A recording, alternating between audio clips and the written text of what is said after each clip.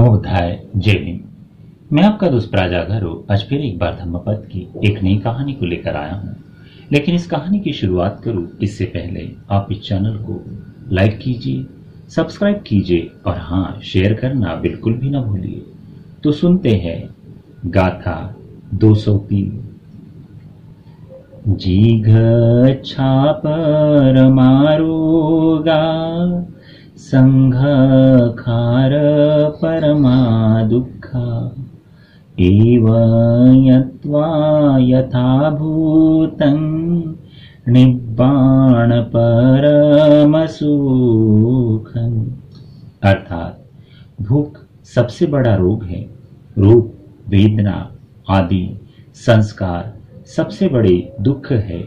इस सत्य को यथार्थ के रूप में जैसा है समझ लेने से यही निष्कर्ष निकलता है कि निर्वाण सबसे बढ़कर कोई सुख नहीं है। निर्वाण से सब बढ़कर कोई सुख नहीं। तो सुनते हैं, रोग दुख से मुक्त हो, अमृत सुख कैसे पाए, किसी उपासक की कथा। यह गाथा बुद्ध ने आलवी नगर के एक उपासक के संदर्भ में कही थी। एक दिन बुद्ध ने अपनी अंतर्दृष्टि से देखा कि आलवी नगर का एक उपासक श्रोतापन्न प्राप्त करने के लिए परिपक्व है। अतः वे आलवी नगर गए, जो श्रावस्ती से 30 योजन दूर पड़ता था। संयोग से उसी दिन उस किसान का बैल खो गया। अतः उसे उस बैल को खोजने के लिए जहां तहां जाना पड़ा। इसी बीच आलवी नगर में बुद्ध और उनके शिष्यों को भोजन दान दिया गया। भोजन दान के बाद लोग बुद्ध के प्रवचन की प्रतीक्षा करने लगे, लेकिन बुद्ध उस युवक की प्रतीक्षा कर रहे थे। अंततः अपने बैल को खोजकर वह आदमी दौड़ता दौड़ता वहां पहुंचा जहां शास्ता विराजमान थे। वह किसान थक गया था और भूखा भी था। अतः बुद्ध ने आयोजकों से आग्रह किया कि वे उस किसान को भोजन करा दे।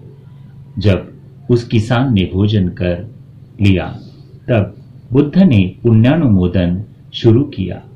उन्होंने धर्म के विषय में थोड़ा थोड़ा करके बताना शुरू किया और अंततः 4 आर्य सत्य का प्रतिपादन किया।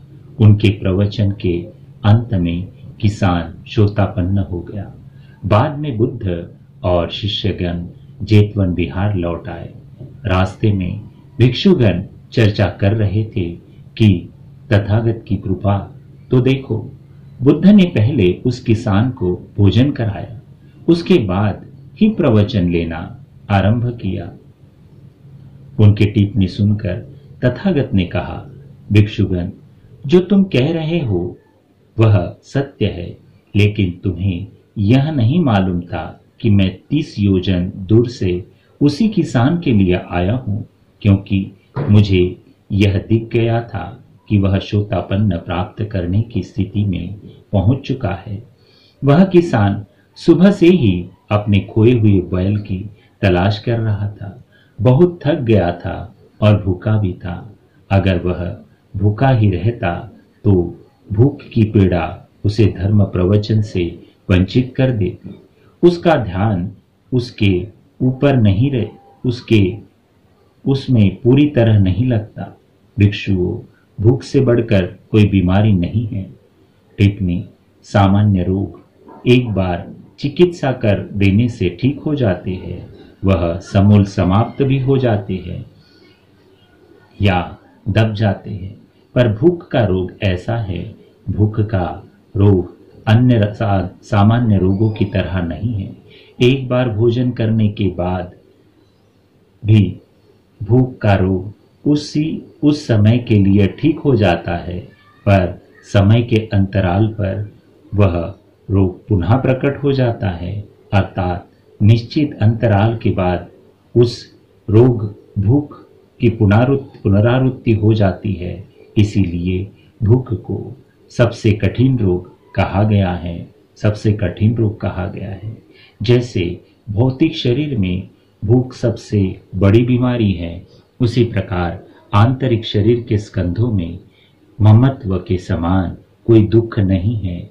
इस बात को जानकर समझदार लोग इनसे ऊपर उठकर निर्वाण की दिशा में अपना मन लगाकर अंततः निर्वाण को प्राप्त कर लेते हैं। जिघच्छा परमारोगा संघखार परमा दुःखा एव यत्वा यथाभूत निब्बाण परम सुख। साधु साधु साधु।